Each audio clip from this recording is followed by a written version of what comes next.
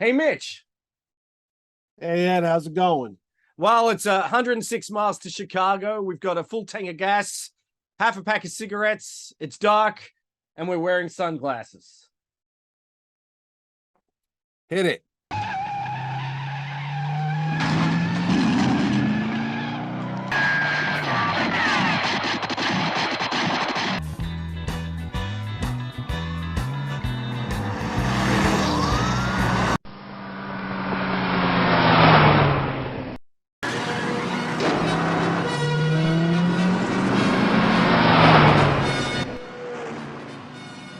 I've always loved you.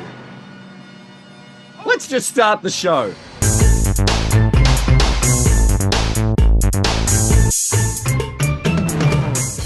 Hi, this is Ed Dollister. And this is Mitch Halleck. And welcome to another exciting episode of Mitch and Ed's Excellent Adventure. If it's your first time here, thanks so much for joining us. If you're a regular viewer, thanks for coming back. Before we start today's topic, Mitch, how can you find out a little bit more about our show and what we've got for offer? Oh, Ed, it's as easy as going on a mission for God. All you have to do is hit the subscribe button on the bottom, and you will be subscribed to the Mitch and Ed Magical Mystery Tour, and you'll know all about our shows. You'll know when we do a new one. You'll be notified if you hit the notification bell. And why not hit the like button? Because you know what? That's what Joliet Jake and Elwood Blues would want you to do. So where are we going today, Ed, on this epic, excellent adventure? Well, we're not going to the Men in Black, or we are not doing the Book of Mormon. We are doing, because you might think that looking at us, but we are heading to 1980 and the cult classic, The Blues Brothers. Now, I know that I'm going to ask you in a second if you saw this in the cinemas. I know you did. I went to this without even knowing that I was going to see The Blues Brothers. We went to see a film at the Pix Cinema. I think it was probably it was late 1981. And we were going to see Raiders of the Lost Ark. It was, by the end of its run at that point. And before Raiders of the Lost Ark started, there was this movie, The Blues Brothers, and we didn't even know it was a double feature. It opened late December 1980 in Australia, and it did okay. And I wasn't expecting anything. And it was a great fun, crazy, absurdist comedy. Did you see it in cinemas, Mitch? Ed, that's the magic question I've been waiting for you to ask. Not only did I see it, I counted the days down before this movie came out because I would watch Saturday Night Live every week. My dad let me stay up on Saturday nights at 11:30, live from New York, right up the street from Connecticut. There was NBC Saturday Night Live starring John Belushi, Dan Aykroyd, Bill Murray, Gilda Radner, Jane Curtin, Garrett Morris, Lorraine Newman, and Chevy Chase. But it was on one epic night with Carrie Fisher as the host that the opening of the show, which was usually a cold open comedic thing, they did a musical number with these two guys that you never heard of called Jake and Elwood Blues, the Blues Brothers. Now that name comes from Howard Shore, who was the musical director of the NBC Saturday Night Orchestra. Mm-hmm. And he said, why don't you two guys call yourself the Blues Brothers? And hence the name was formed. And that's what started it, because Dan Aykroyd was a lifelong blues fan, and John Belushi was into all kind of music, and he would always try new stuff. And he said, what's this I'm listening to? He says, oh man, that's I can't even think of somebody's name, but anyway, it was a big blues thing. And he goes, oh, I like this, give me some more of it. So next thing you know, Belushi goes out and buys stacks of record albums and just immerses himself into the whole culture of the blues. And they would go around and they would do this number. And they would open up for their good friend Steve Martin when he was on his tour. And that's what the Blues Brothers did. And lo and behold, one of the producers over at Universal said, what if we give you guys some money? Can you make a movie out of this? And that's where it started. And Dan Aykroyd never wrote a movie in his life. He didn't know how long it had to be. They said, well, it's got to be like 160 pages. And I'm going to say this because this happened to me, because I didn't know either that you have to have a format for a screenplay. And I just started doing single space, and I typed because I wrote a movie too called Father Vegas, which is available on Amazon.com. But anyway, when you're done with a script and you wrote, and Dan Aykroyd wrote about 300 pages, and then they formatted it into a proper, I think it's 1-inch margin at the top, 1 inch on the side with double spaces and, line direction and, acting directions on, what the scene looks like. That sucker came out to like hundreds of pages. He wrote basically a 5-hour movie. And I did yeah. know that when they presented it to the producer, they wrapped it in a telephone directory cover to sort of soften the blow a little bit.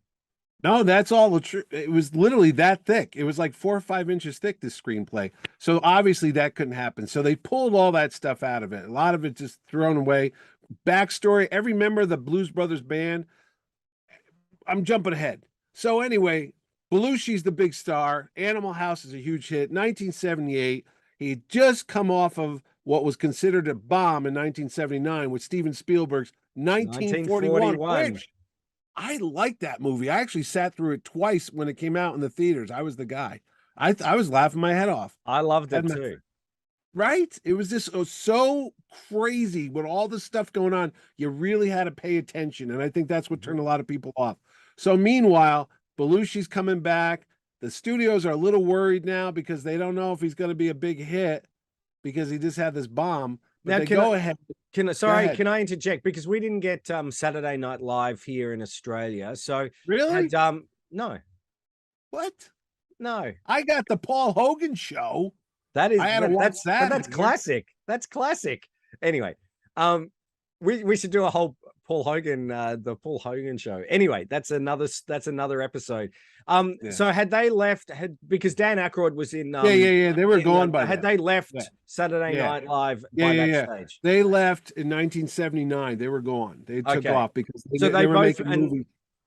And they both were in 1941, and that flopped. They were both in 41, and they left. So Aykroyd left, Belushi left, and there was really no one left at that point. It was, just Bill Murray was the new. Bill Murray rose to the heights of superstardom because he was it. Hang on, sorry, John Candy wasn't in Saturday Night. He wasn't.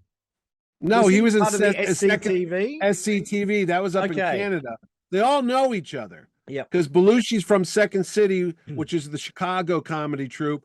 John Candy was also part of that troupe, but he was up in the north in Canada with Dave Thomas and Rick Moranis and Howard Ramis and Harold Ramis. They all knew each other, so they're all friends. I mean, Aykroyd's Canadian, so he's from that group too up there. So they all kind of were friends. John Candy is in 1941, if that's what you were going to say. Yes, as is Dave Thomas and a bunch of the other Second City comedy troupes. But anyway, back to the Blues Brothers. So they do this album, Briefcase of Blues, which is right over there. It was actually a big hit. It was all real, authentic blues songs that they just covered. And they had a huge hit with the song Soul Man, which went to #1 on the charts. That was huge. It was a remake of a Sam and Dave song called Soul Man. And, he was the star of movies. He's the star of records now. He's on the #1 TV show. There was nothing that John Belushi couldn't touch. It was like the Midas touch. So he thinks Aykroyd with him. They get John Landis, who directed Animal House. So they're putting this movie together, okay? You with me so far? I am. All right. So anyway, they go to make this movie. They go, we need $17 million. First, they wanted 12, then they went up to 17, and they go, no, you're not going to get it. This movie goes up to $27 million. And they start making it in July of 1979. And remember, Star Wars only cost like $14 million. Exactly. So here's the deal. I hear the movie's coming out. I'm all excited because I, got the record albums. John Belushi was my favorite comedian of all time at that point. Steve Martin was there, but John Belushi was better than Steve Martin. And it was like, this is the greatest time ever. I hated Chevy Chase, still do. Anyway, this was going to be the big hit. 1980 comes out, May. Everybody gets in line to go see a certain space sequel called The Empire Strikes Back. I'm waiting for the Blues Brothers. Literally, I am. I only saw The Empire Strikes Back 5 times that summer. I saw the Blues Brothers 10 times that summer in 1980. That's right, buddy. Yeah. Blow your mind, man. Wow. Think about it. I thought I know you. Nah, man. No, this was it. This was and worse, it was rated R. And I was only 13, and you can't go see rated R movies when you're 13. You have to be over 17. Did you Or have you have to did you wear a a guardian. overcoat or something like that and a yeah. fake beard? No, what happened was I would just buy tickets for The Empire Strikes Back, and I'd sneak in to see the Blues Brothers. I was like, this is great, you know? So anyway, to answer your question from 5 minutes ago, I did see the Blues Brothers the day it opened in June of 1980. And, you know, it blew my mind. It was crazy because think about it. You had Carrie Fisher in it. You had Frank Oz in it. Steven Spielberg. Spielberg's in it. You almost got some of the magic of The Empire Strikes Back in this movie. Yes. You know? And it starts off and you think you're in hell. You because it just the industrial section of Joliet, Illinois, where you see all those like refineries. It looks like Blade Runner, you know, with the smokestacks and the fire. And you're like, whoa, what is this? And then you cut to a prison. And then, you know, you see somebody coming out of jail and you don't know who it is yet. And then Frank Oz appears and he gives him back his stuff, his black hat, his black glasses, his black prophylactic. His used prophylactic, one soiled. And I think it's $23.07. That's what he had on him. So he goes out there and his brother meets him out there with his, you know, 1975 Plymouth police car, picks him up. Day gets out of jail in a police car. And then the music, the gates opened up and it was slow and it was majestic. And you started hearing that ding, ding, ding, ding, ding, that little like sound. I don't know what banjo noise. And then bim, bim, John Belushi. Bim, bim, Dan Aykroyd. And then it cuts to the two of them, the Blues Brothers. Bim, bim. Oh my God. I had chills. I was screaming in the theaters. Everybody loved John Belushi. It was amazing. And that was the beginning of the Blues Brothers movie. So yeah, I saw it the day it opened. I was there. I bought the soundtrack. I ran out and bought it. My dad loved it. We used to put it on at night when it was just me and my dad and my mom wasn't home. And he's like, hey, we're going to have dinner. So we'd have some food. He goes, oh, go put on the record. So I'd go put the record on in the living room and crank it up. And we'd sit there and listen to the whole Ray Charles, Aretha Franklin, John Belushi singing the whole thing. It was amazing. It was great. My dad liked it. So you know it had to be good, you know? That's right. I mean, the soundtrack is really what is amazing in the talent that they had. Ray Charles, you had James Brown, you had all those other amazing performers. Cab Calloway, Johnny Lee Hooker. Yes. I mean, it just goes on and on and on. Yeah. So it was a pretty amazing soundtrack. And I know that when they were putting forward the film, they decided to the studio wanted to put more modern performers in. I think Rose Royce. They did. They wanted disco. And which would have been, I wouldn't have minded that, but that was, you would have liked it, but I would have. It's not called the Disco Brothers, is it? No, but they wanted that, you know. So you know what's funny in the book? There's the movie novelization by Miami Mitch, which is another reason why I love this movie, because the guy that wrote the book had the same name as me, Miami Mitch Glazier. Now, he took a lot of that stuff that they threw out from the Aykroyd script and he put it in there. There was a disco band in the book that was kind of like, instead of the Good Old Boys, which is the country bar, the country western band, there was I can't think of the name right now, but there was a disco band that was going to get some of the gigs that the Blues Brothers had. And they screwed it up and they ended up going on a plane to another part of the country and whatever happened. But I do remember it was like Rick Waverly and the Waverettes or something like that. It was just out there though. And they make a joke about disco pants and haircuts as they're going through that mall. Yes. And he's like, yeah. And there's a cameo by Robin Williams. If you look, he's the cutout at the record store when they crash through. He's in his Mork from Mork outfit and he's holding like his comedy album. and they crashed right through the cardboard cutout of them, and they crashed. Same with Grover and Miss Piggy get a little bit of a mention in the Toys R Us I before know. it gets destroyed. And there's Stephen Bishop, if you know the singer songwriter Stephen Bishop from On and On and On. He wrote the love theme from Tootsie. He's in there. He's one of the police officers in there. There's Shaka Khan's got a cameo. Oh, I was gonna say if we want. Okay. So let's just go through the whole amazing cast here. Chaka Khan is in the church where James Brown is the minister there. Cab Calloway, we mentioned him earlier, huge star in the 30s and the 40s and such. He comes on, he plays Curtis Salgado. Oh my God, I can't. There's Catherine Freeman. She plays the nun who's in charge of the orphanage. Yes, Sister Stigmata. They got to get money to save the orphanage. Did you know, Ed, that this movie was one of, I don't know, the top 20 Catholic Church recommendations? This movie, the church came out and selected the Blues Brothers on their list of like holy movies or it's something. It's right in front of the Life of Brian, right? It's right. No, it's like the 10 Commandments, the Last Temptation of Christ, the Passion, and the freaking Blues Brothers is there. No Radioland Murders? No, none of that. Yeah, not even Mavericks on that. Forget you, Tom Cruise, but whatever. This movie is unbelievable. They filmed it in Chicago. They filmed it on location, Joliet, Illinois. Carrie Fisher, who I never thought was that attractive in Star Wars, even with the metal bikini, was unbelievable in this movie. She was the jilted lover of Joliet Jake. Did you know, Ed, they're not really brothers? I didn't know that. Blew your mind that makes sense with if you fast forward to Blues Brothers 2000. But we don't talk about that. We don't talk about. But in this beautiful book that came out by Judith Jacqueline Belushi, John Belushi's wife at the time, it was called like I have it here too, and I told you before we started I wasn't going to go digging through it, but it looked like a small little portfolio, a dossier, and when you opened it up, it had all the records. It had like their arrest records. It had their orphanage documents, and like, so Jake's name is Jake Papa George. That's Jake Blues' real name, Jake Papa George.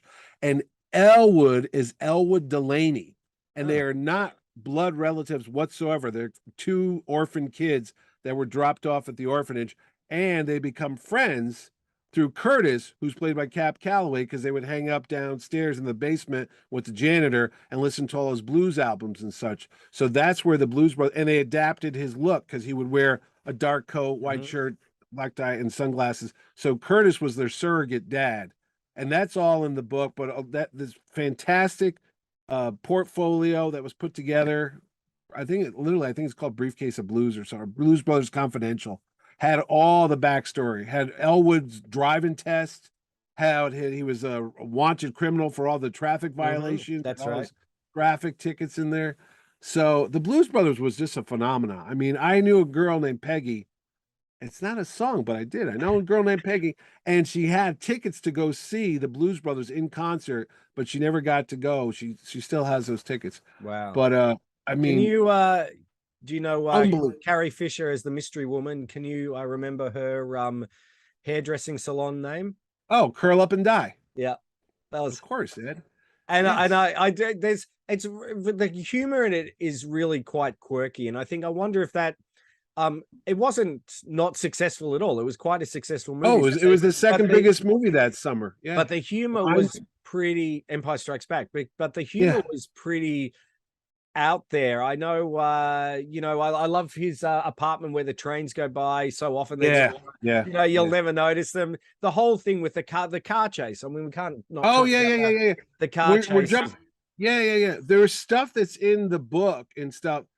Dan Aykroyd also writes Ghostbusters. Dan Aykroyd's family comes from a bunch of spirituals. They believe in ghosts and stuff like that. He's got a lot of weird outworldly ideas of aliens and ghosts and all the paranormal. He has the Bluesmobile being parked underneath like these giant electric transformers. In his script, the Blues Brothers alive, the Bluesmobile, I mean. Yep. That's why it does all those tricks and it can fly and all that stuff, because it's actually like a sentient being, just like the Ghostbusters Ecto-1 was supposed to be possessed as well. Yes. But they kind of threw that stuff out when they made the movie. But in his original screenplays, there are these supernatural elements around the Bluesmobile. I saw the movie, I just took tongue in cheek like they're on a mission for God. So every time you see the Bluesmobile flip through the air and jump over the cars, it's all because they've got like divine faith and God has come down and made miracles happen. That's why they get away from all this stuff. But it turns out to be, if you watch the unrated version of this movie, there's like about 25 minutes of extra footage in there, and it shows where Elwood parks the car between these giant electric transformers, and he has to climb out through the window just to get out because there's like no room there. When they went to show this movie, they went to Show West, which is where they get all the theater owners there. They said, "Hey, look, here's the Blues Brothers movie. What do you think?" It ran for like 2 hours and 40 minutes. It was really long. They said it's too long. You got to cut it up. So they and Hey, Mitch, because just of hold the- on. Can you just do that again? You just froze. I did. Oh, your audio's delayed. Why is that? No, it's okay. You're back now. Oh, my buffer, was I buffering? Yeah, you're buff. So where do you want me to pick up? Just from maybe after they wanted to cut 20 minutes from it. Oh yeah, so when the movies delivered to the theater owners, because that's what they used to do, they used to show movies to theater owners, and they would pick and choose which ones they wanted to put inside the theaters. The Blues Brothers had a running time of like 2 hours and 40 minutes. I got your. It's all that. I got your cold. It's all that cocaine. I know. I was just thinking that too. All right. It was a running time of 2 hours and 40 minutes. They said, you got to cut this sucker back. So they Like went in this there. episode. Yep. Now I know. I'm looking at the clock. So the other problem they had, Ed, is that was only one negative. And in 1994, Universal threw out all this extra film footage they had in their archives. So the people that saw that long version of the Blues Brothers were the only people to ever see it, because the master was destroyed. And the only movie that's out now is the one that you saw in the theaters. And then there's a little extended cut. But the one that Landis cut originally, that epic long one that had all these other scenes about the band, that was never to be seen. It's gone. Bye-bye. So anyway, the movie comes out. The theater owners and their own narrow visions thought this movie was a black movie and did not want to put it in their theaters. Swear to God. A typical release got about 1,400 screens. The Blues Brothers only opened up in 600 movie theaters across the United States. And even with that, it became the #2 movie of the year because people loved the show. They just would go back and see it because it was uplifting. It was great. And that was the Blues Brothers, my favorite movie. And let's talk about the cast there. Charles Napier, who you might recognize from Rambo and Star Trek. He played the guy from Bob's the Good Old Boys. Yep. I can't think of his real name, but it's like something McElroy. John Candy's in it. Stephen Williams, who's from Poltergeist, is the state trooper. The black police officer with the that's Stephen Williams. He's in this movie with John Candy in the car. That's right. Right, We're in a truck. That's right.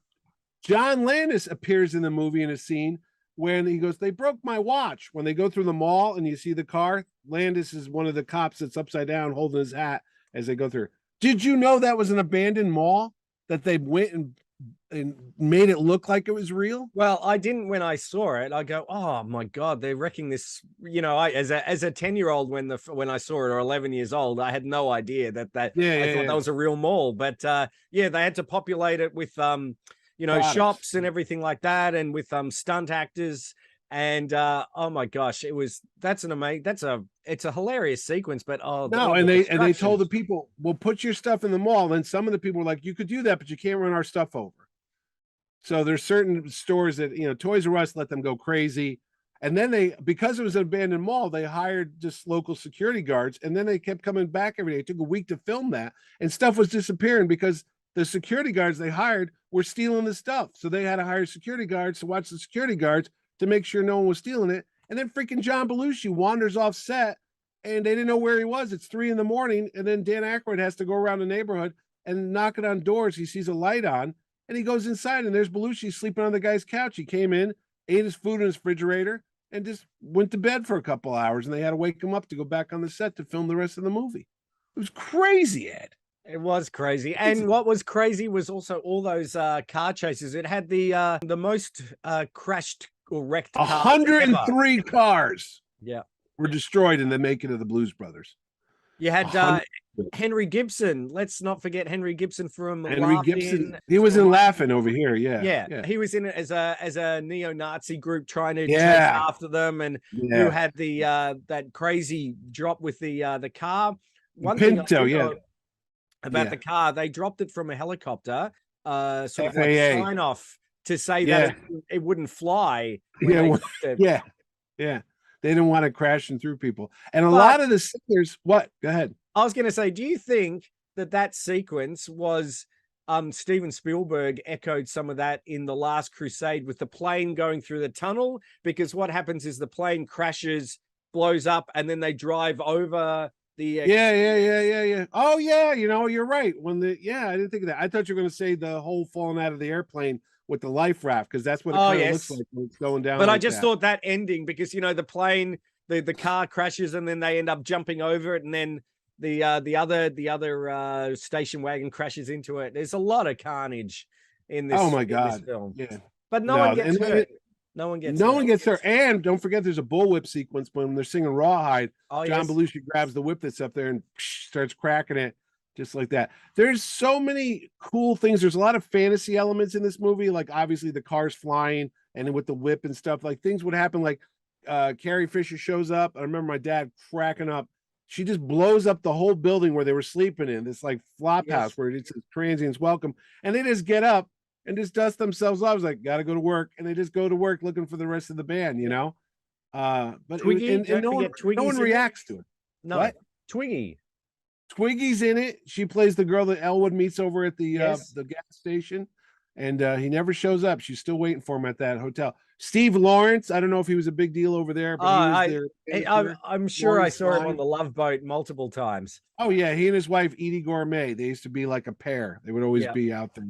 And I'm trying to think of some other notable people that are like background people, but it was just great. But a lot of the main the singers, Ray Charles and Aretha Franklin, they never sang with lip sync. They would just like sing normally. So it was hard for them to film this on set because they would put the background music on and they'd have to act out their bits. But they weren't used to singing in front of a movie camera. So they were like, oh, so a lot of this stuff, I know with James Brown, they didn't even bother. They'd actually just put the music on and they said, whatever he says and records, we're just going to go with it right there. And I'm going to tell you another little secret. Did you think that was really John Belushi doing those cartwheels? No. Yeah, it wasn't him at all. Oh.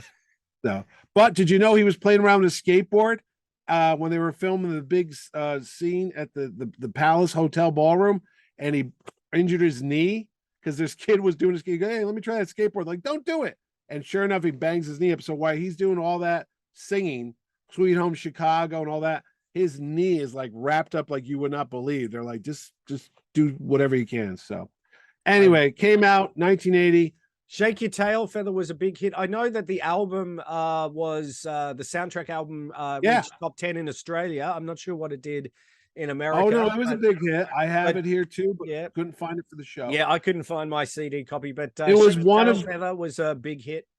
One of three albums. The first one's Briefcase of Blues, then the soundtrack, then they did a third album, which is back there, Made in America. That was the last Blues Brothers album. Yep. And there's another one here that has, this is an import. This has every single Blues Brothers song. It's the complete Blues Brothers because they did a lot of live recordings as well too. But I mean, doesn't Dan Aykroyd? He has the House of Blues, doesn't he? He had the House of Blues. Yeah, that started. In fact, all right, we're over now, but I'm going to tell you a little secret. That's okay. When I was in Chicago back in 1992 or 1991, maybe it was 1990. John Candy was in town filming a movie called Only the Lonely with Ali Sheedy, and they were filming on location. So I was there watching the movie. I'd do my trade show in the day, and at night I'd go watch the filming of the movie. And I went down to North Wells Street. I think it was 1030 North Wells Street. John Belushi's cousin, Steve Bashakis, owned a bar. It was called the U.S. Blues Bar. And that's where they eventually will come up with the House of Blues, but it was based on this bar. they bought their own little bar, and they'd go down there. You walk down the stairs to get to it, and they'd have blues music playing, and they would hang out there. And John Candy came walking in while they were filming and drank 2 bottles of tequila all by himself. I mean, he was massive, and he was there. I was like, "Hey, it's John Candy, man," and that was it. That was my John Candy story. I'm sorry, I didn't have much more. thought Candy, he was dead soon after that, but I remember seeing John Candy filming the movie right there. But that's it. That's the Blues Brothers movie. Unfortunately, there's a sequel called Blues Brothers 2000. We don't talk about that movie because it's not a good movie. it Some of had the it songs are had good. some amazing talent, and it had some, same The John Landis soundtrack's came back, great. everything Yeah. like that. It just sort of missed the mark a bit. Yeah, Aretha Franklin was there. John Goodman wasn't even that bad as a singer, That And, Joe Morton, Joe from, Morton. Terminator. Yeah, and a bunch of other shows too. Brother from Another Planet. That's what I remember Oh, from yes. John Sayles' movie. It just misfires, and they had all the band, and they got Paul Schaefer, who was David Letterman's musical leader, but he was also on Saturday Night Live. He's on the Blues Brothers albums, but because he had some conflicts with his schedule, he's replaced in the movie by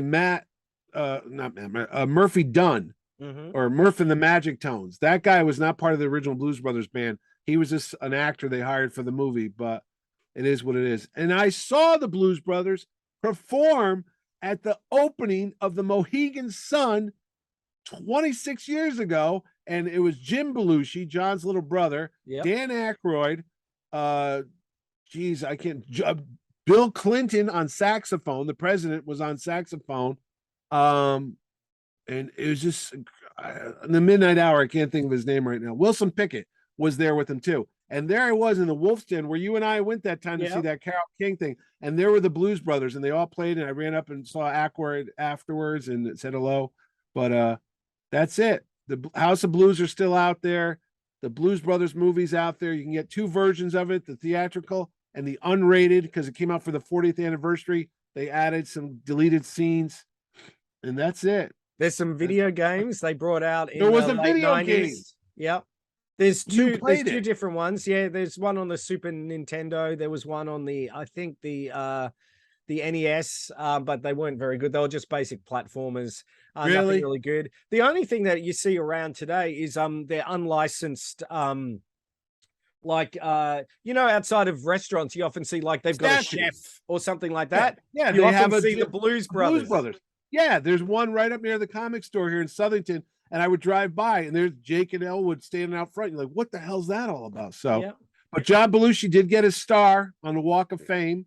You Mhm. can go out to Hollywood. He got it on April 1st, April Fool's Day. Yes. He got his star on the Walk of Fame.